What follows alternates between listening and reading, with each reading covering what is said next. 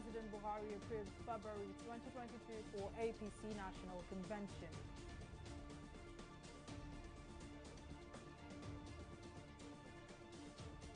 Coalition demands release of 200 detained NSAF protesters.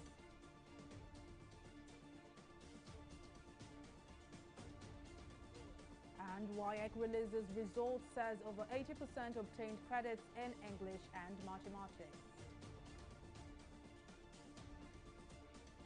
We're glad to have you join us on News Now on TV360 Nigeria. I am Mary Kanu. President Muhammadu Buhari has approved February 2022 for the conduct of a national convention of the All Progressives Congress APC. Chairman of the Progressives Governors Forum and Kebbi State Governor Atiku Bagudu made the announcement on Monday in Abuja while briefing State House correspondents after a meeting with the President at the Presidential Villa Abuja. Bagudu said the governors resolved that the convention should be held in February 2022, and the same suggestion was proposed to the President for approval. He, however, said that the party's leadership was yet to decide on a specific date to conduct its national convention, adding that the party would notify the Independent National Electoral Commission (INEC) while it works out a timetable. And the wife of the President, Aisha Buhari, has pledged her unwavering support towards executing her new responsibility as the President of the African First Ladies Peace Mission. Established in 1997 as an umbrella body of wives of African heads of state, presidents and government, the body has played key roles in fostering peace and reducing conflicts on the African continent. Our correspondent Folashade Ogurinde has the details in this report. At the 9th General Assembly of the African First Ladies Peace Mission, convener and First Lady of Nigeria, Aisha Muhammadu Buhari, has urged her colleagues to work in unison towards achieving peace and sustainable development in Africa. The First Lady also called for donations to build a secretariat in Abuja as part of efforts to strengthen the vision of the African First Ladies Peace Mission.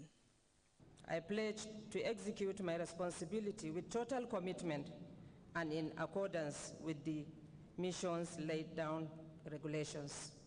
My dear colleagues, as we conclude this summit, let history guide us to ensure that the Africa we bequeath to our children today is better than the one we inherited. Let us commit ourselves to working together towards achieving glorious destiny for all Africans. On his part, President Muhammadu Buhari, while declaring open African First Ladies Summit, said women have the potential to drive peace and development in Africa. He also urged African leaders and other stakeholders to support the women in realizing their core objective of building a peaceful society. The activities of insurgents and banditry have led to more widespread displacement and poverty. It is not in doubt that women and children are the worst affected by the breakdown of peace.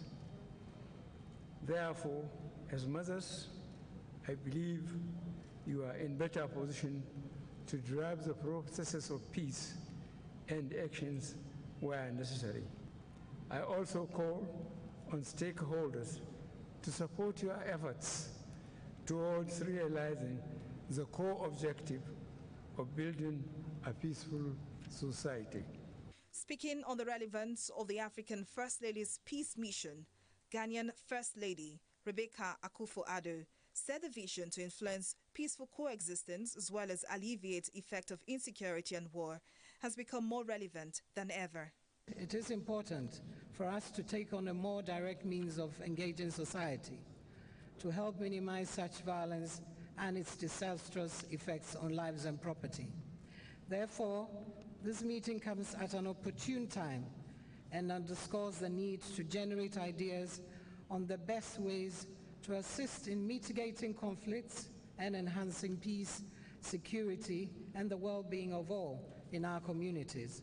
The First Lady and newly elected President of the African First Lady Peace Mission recently acquired a piece of land on behalf of all the First Ladies for the development of a secretariat for the mission in Abuja.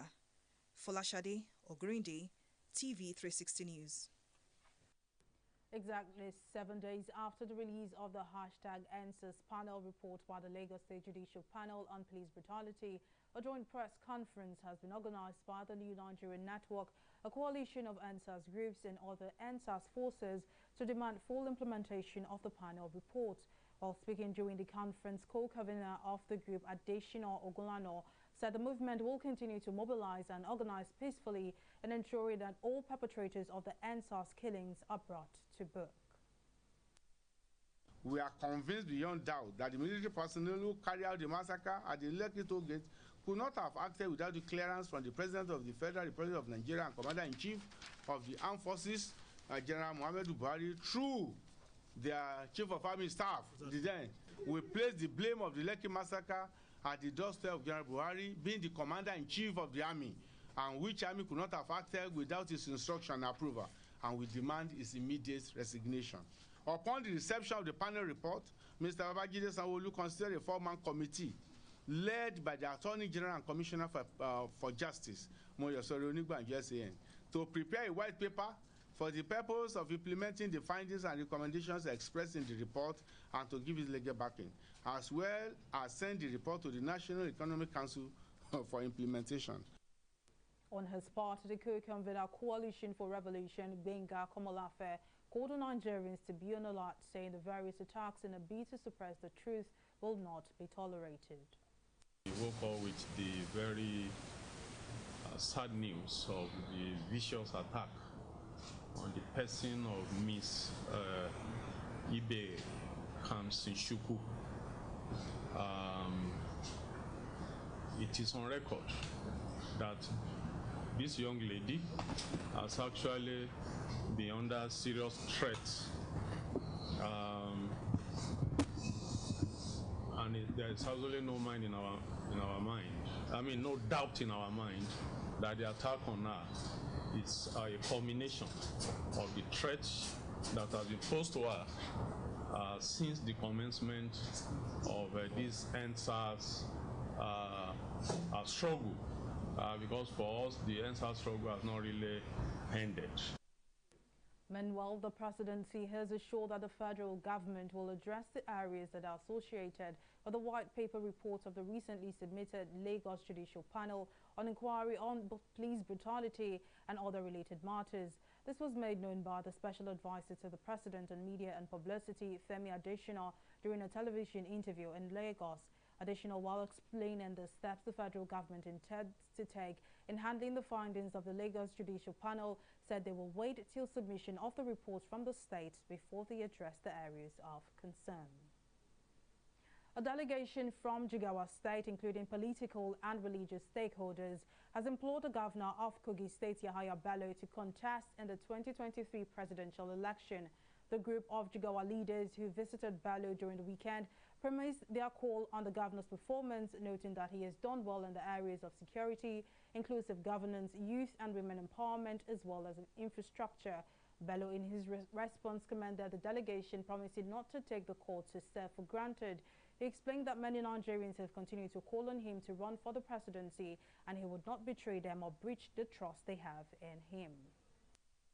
Kogi State Governor, that he is 100% in support of Buhari. We are interacting with people near and far away, in the town and in the rural areas, Riga and even places that one cannot even think of. So we are praying 100% for his success, and we promise that we will 100% assist him to meet the success. You have gotten the secret why I am succeeding as a governor in Kogi State. Because in Kogi State, I wouldn't have succeeded in curbing the insecurity, unity, and togetherness, and modest achievements without the grassroots. The difference between me and some leaders is that I am connected to the grassroots. Grassroots is where politics is. Any governance, any administration that is not connected to the grassroots has no business in governance. Out of the 1,560,261 candidates who sat for the 2021 West African Senior School Certificate Examination, only 80.56% have their results fully processed and released.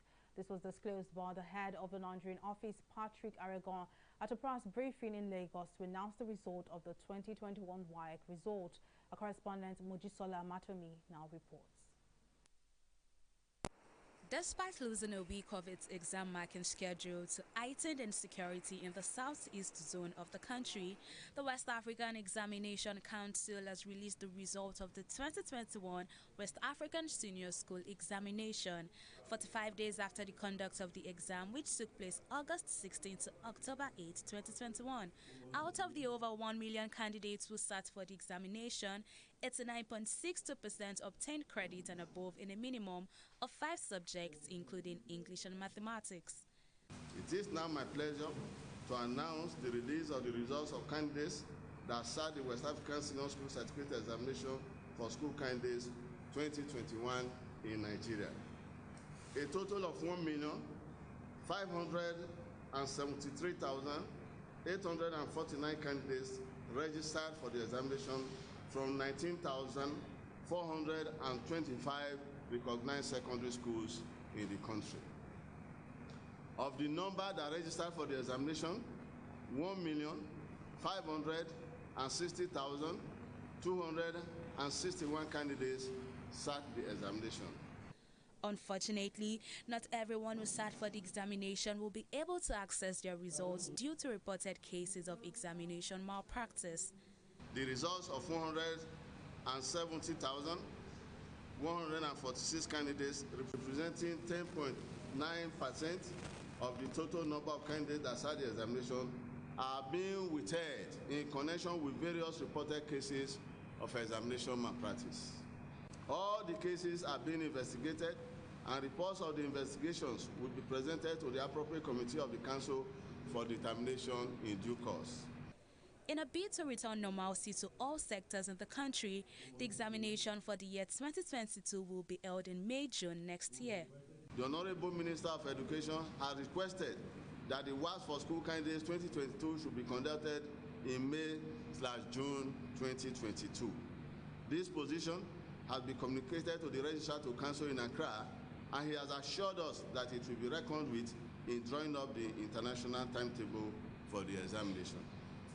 And so, by the special grace of God, the WAEC for School Candidates 2022 will be taking place in May-June 2022. Entries for the examination will be floated on Monday, December 6, 2021. Also, the Council has successfully launched the use of WAEC Verify platform to checkmate result falsification by candidates and other stakeholders. Mojisola Matomi, TV360, Lagos. The World Day of Remembrance for Road Traffic Victims is commemorated on 21st November every year to remember the many millions who have been seriously injured in traffic accidents and to acknowledge the suffering of affected victims, families and communities. With road traffic accidents cited as one of the major causes of deaths globally, Nigeria joins the rest of the world in developing a global plan for the decade of action. Our correspondent Simisola Adigun tells us more in this next report. Road transportation is one of the most utilized means of movement for humans and cargo. But despite its flexibility and cost effectiveness, it holds major disadvantages. Approximately 1.3 million people die globally each year from road crashes, making it the 8th leading cause of deaths across all age groups. Sector Commander of the Federal Road Safety Commission (FRSC) in Lagos, Olusegun Ogungbemide, says flagrant disregard for traffic rules by motorists is a major cause of road crashes in Nigeria. The bad roads affects the condition of the vehicle. And when you happen to be a careless driver, maybe someone that is not always conscious of what he's doing, those bad roads can lead to crashes. And even the other way around, the good road, the one you say, oh, very smooth express road, we've recorded more fatality on good roads due to the negligence of road users in being disciplined when it comes to speed. If FRC says you not go more than 90 kilometers per hour, and you see people going as high as 140 kilometers per hour, you cannot determine what will happen to the tire. There could be tire burst. Under high speed, the one thing that is guaranteed under that condition is fatality. Immediate medical attention and stabilization at crash sites can help save lives, but emergency services in Nigeria is faced with numerous constraints. Unfortunately, if you go around many states in Nigeria, you may not even have to find up to 5 ambulances. Lagos is actually trying, by having up to about, I think we have up to about 10 ambulances right now. But in some other states in Nigeria, you may not even find a single ambulance.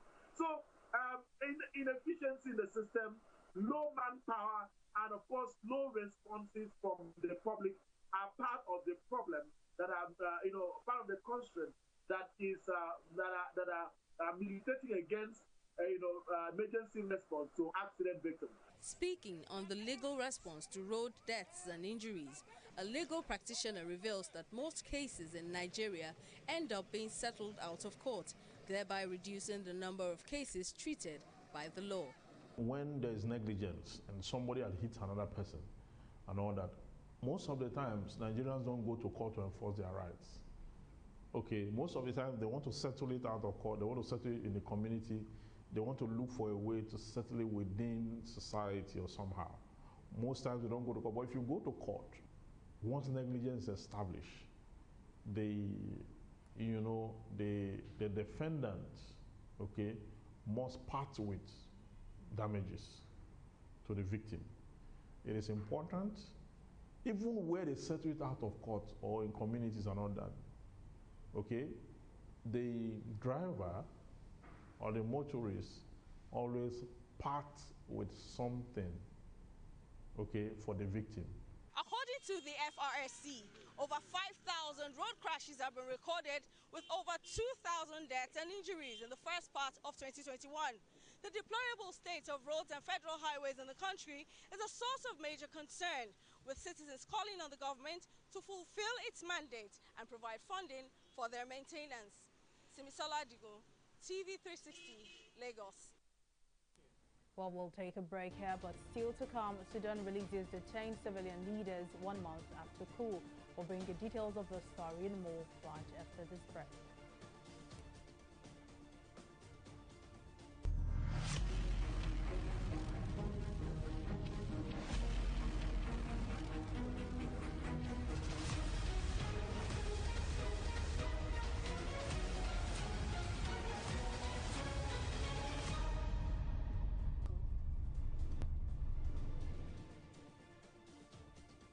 Glad to have you back. Well, here's a reminder of some of our top stories tonight. President Muhammadu Buhari has approved February 2022 for the conduct of the National Convention of the All Progressives Congress, APC. Chairman of the Progressives Governors Forum and Kebbi State Governor Atiku Bagudu made the announcement on Monday in Abuja. While addressing State House correspondents, Bagudu said that the party's leadership was yet to decide on a specific day to conduct its national convention, adding that the party would notify the Independent National Electoral Commission (INEC) while it works out a timetable. We also told you that a coalition of civil society organizations have demanded the release of over 200 NSAS protesters still being detained at various detention facilities across the country. The coalition disclosed that over 200 protesters who were arrested during the October 2022 NSAS protests across the country are still being detained at various detention centers. Well, in case you missed any of our news bulletin or for more updates, to log on to our website on www.tv360nigeria.com. You can also follow us on our social media platforms on Twitter, Instagram, YouTube, and Google Plus at TV360 Nigeria. On Facebook, we're at TV360 Online.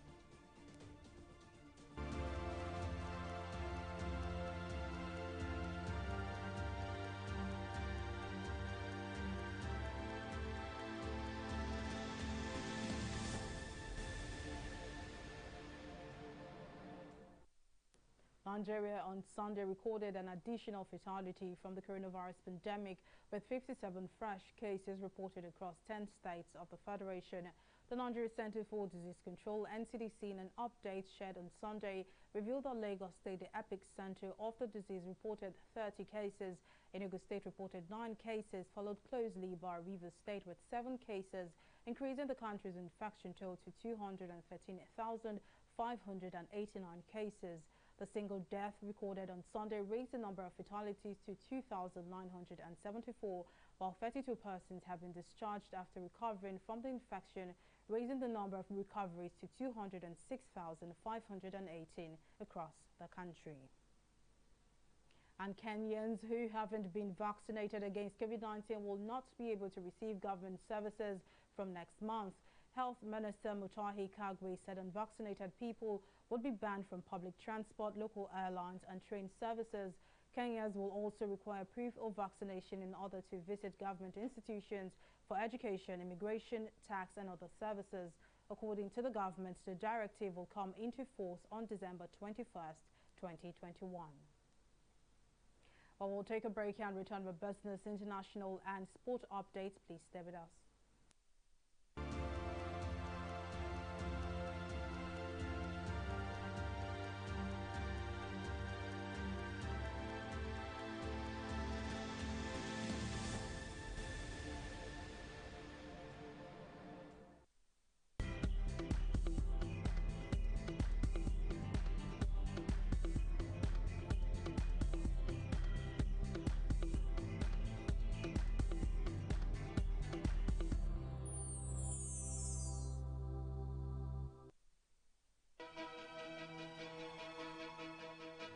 Opinions are free, facts are sacred, but truth is universal. How, in practical terms, can we, for instance, de-escalate the tension? President must see himself as the President of the Federal Republic. We know where the enemy is. 3 places. The Lake Chad Basin, the border area between Nigeria and Cameroon, and then the Sambisa Forest. On TV360, we give you a complete dose of everything. Opinion, facts and undiluted truth. I hardly believe what politicians say in this part of the world. A new Nigeria is possible, a future is possible. We delve into the issues, dissect it so that you can understand it, use it to take action. I don't think there's any need for any governor to look for grant for ranching. TV360, dissecting the issues. Welcome back. Well, up next is business news and stock market review with Abisola Adebayo. Over to you, Abisola. Thank you very much, Mary. Welcome to business news. Nigeria's trade deficit declined to $340 million in July from $2.4 billion in June, the Central Bank of Nigeria, CBN, has revealed. The Apex Bank disclosed this in its July Economic Trade Performance Report, that improvement emanated from reduction in imports, revealing that Nigeria's crude oil and gas export receipts decreased due largely to lower than expected gas exports. The CBN added that the value of crude oil and gas exports decreased by 1% to $3.99 billion compared to $4.09 billion in June 2021. It added that the value of crude oil exports, on the other hand, increased by 1.7% to $3.53 billion in June 2021. We'll take a break here and return with a review of the stock market.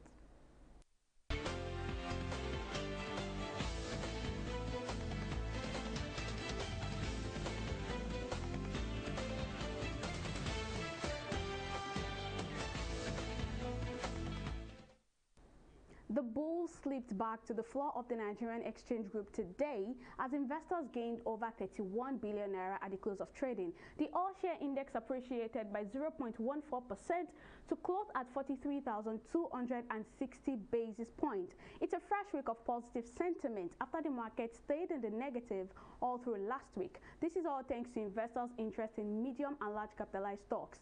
So right now, the stock exchange market value currently stands at 22.575 trillion naira. Moving on, leading the equities that set the valuation of stocks on an upward course today Honey Flour topped that list. The spike in the share of the fast-moving consumer goods company comes after the announcement of the agreement on the acquisition of Honey Flour Mills PLC by Flour Mills Nigeria PLC. It is closely followed by NEM Insurance, who recorded a 15 kobo increase. On the flip side, as our losers is for today, the Initiates PLC, TIP, and UPDC led the losers counter with a combined 19 kobo decline. Moving on, our market summary sees a total of 2 billion units of shares valued at 16 billion naira exchanging hands in 4,811 deals. On the foreign scene, that's the FTSE, the Dow Jones, and the Nikkei. U.S. stocks advanced on Monday with optimism about a faster economic recovery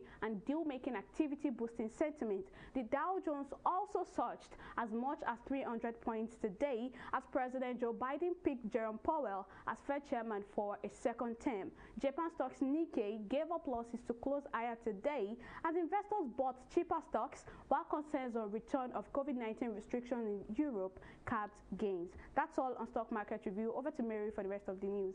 Well, thank you for that update, Bisola. And on the global scene, Sudanese authorities have released several civilian leaders detained since last month's coup, a key plank in a deal aimed to restore fragile transition process towards full democracy.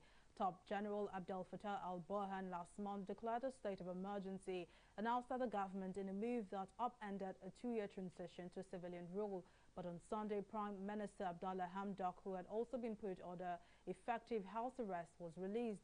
Hamdok and al-Burhan then formally signed a 14-point deal that provided for the Premier's reinstatement and for political detainees to be freed. Well, it's time for Entertainment Report.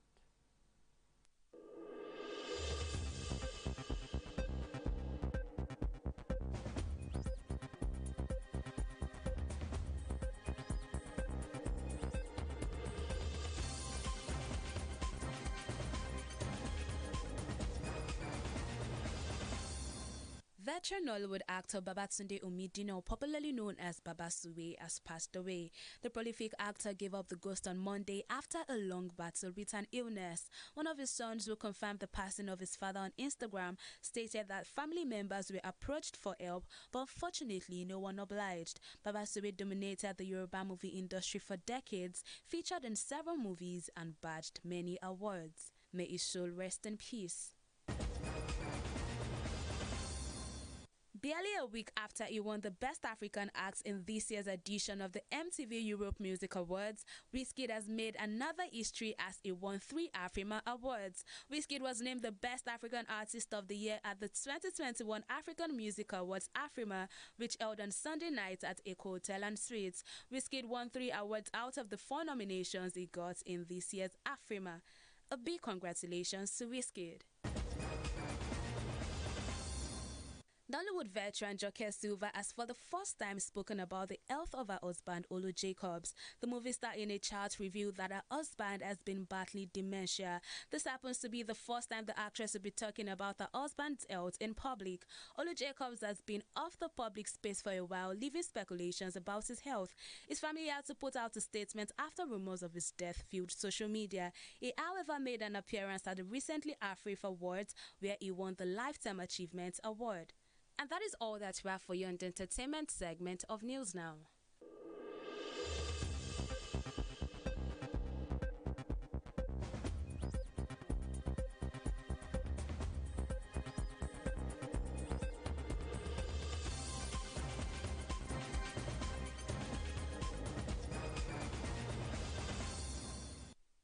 And now in sports, Super Eagles and Napoli striker Victor Osimhen will undergo surgery after fracturing his cheekbone in Napoli's clash with Inter Milan on Sunday, November 21st. Osimhen was involved in a clash of heads with Milan Skriniar at the San Siro on Sunday. The 22-year-old started the game but walked off 10 minutes into the second half due to the injury. The test carried out on the Super Eagles player at the end of the match revealed multiple displaced fractures of the orbit and left cheekbone. Napoli has now confirmed he will have surgery in the next few days and will remain under observation in Milan. Well, that's the size of our bulletin. Well, thank you for watching. I am Mary Kanu. Bye for now.